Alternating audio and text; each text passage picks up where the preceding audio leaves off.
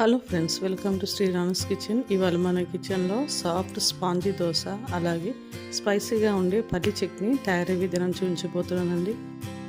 ఈ స్పాంజీ దోశ పల్లి చట్నీ కాంబినేషన్ రుచి చాలా బాగుంటుంది. ఈ దోశలు చూసారా ఎంత సాఫ్ట్గా స్పాంజీగా వచ్చాయో, మీకు చూస్తేనే అర్థమైపోతుంది కదా.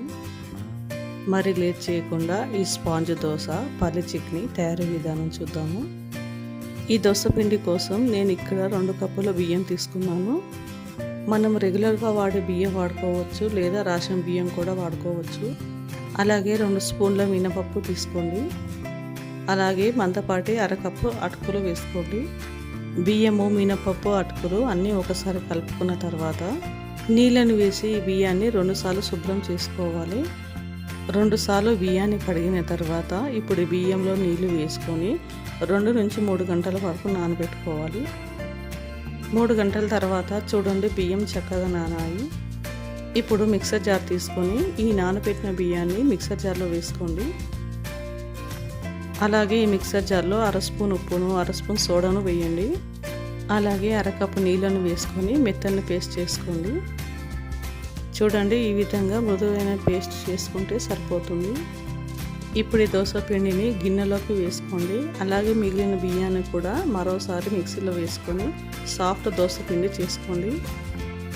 ఇప్పుడు ఈ దోశ పిండిని ఓవర్ నైట్ ఫర్మెంట్ చేసుకోండి. అప్పుడే దోశ సాఫ్ట్గా వస్తాయి. పల్లి చట్నీ తయారీ విధానం కోసం కడాయిలో ఆయిల్ వేసుకొని 2 స్పూన్స్ పల్లీలు వేసుకోవాలి. అలాగే 1 స్పూన్ మినపప్పును, 1 స్పూన్ కందిపప్పును వేయండి. కందిపప్పు బదులుగా శనగపప్పు కూడా వాడుకోవచ్చు. అలాగే 2 స్పూన్ల ధనియాలు, 1/2 స్పూన్ జీలకర్ర వేయండి.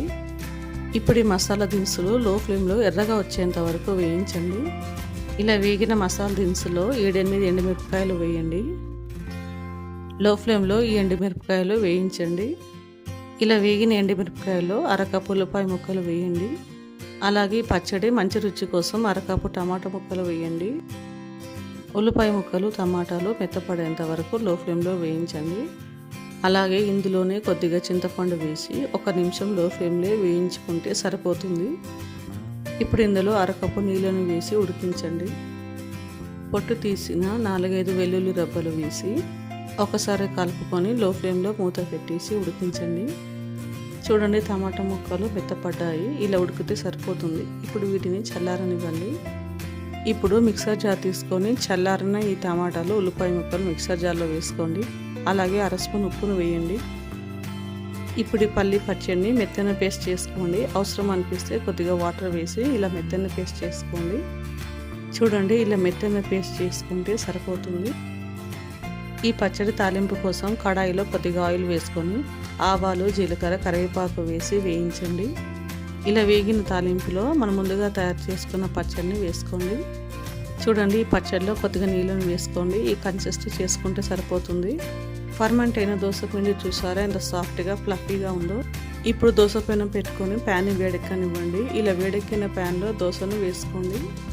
దోశ సాఫ్ట్గా ఫ్లఫీగా రావాలంటే చిన్నగా వేయండి. అలాగే దోశ క్రిస్పీగా రావాలంటే దోశ పిండిని పల్చగా వేయండి. ఇప్పుడు ఈ దోశపై కొద్దిగా ఆయిల్ వేసి మూత పెట్టేసి ఉడికించండి. ఈ దోశల్ని మీడియం ఫ్లేమ్లో ఫ్రై చేయండి. ఒకవైపు ఫ్రై అయిన తర్వాత ఇంకో వైపు తిప్పి ఫ్రై చేయండి. అంతే, సాఫ్ట్గా ఫ్లఫీగా ఉండే దోశ తయారు. అలాగే మిగిలిన దోశ పిండితో దోశలు ఇలాగే వేసుకోండి. వేడిగా ఉన్న దోశలు తింటే టేస్ట్ చాలా బాగుంటాయి. ఈ దోశ రెసిపీ మీకు నచ్చిందా? ట్రై చేస్తారా? అయితే లైక్ అండ్ సబ్స్క్రైబ్ చేయండి. మరిన్ని టేస్టీ రెసిపీస్ కోసం మన ఛానల్ని ఫాలో అవ్వండి. Thanks for watching.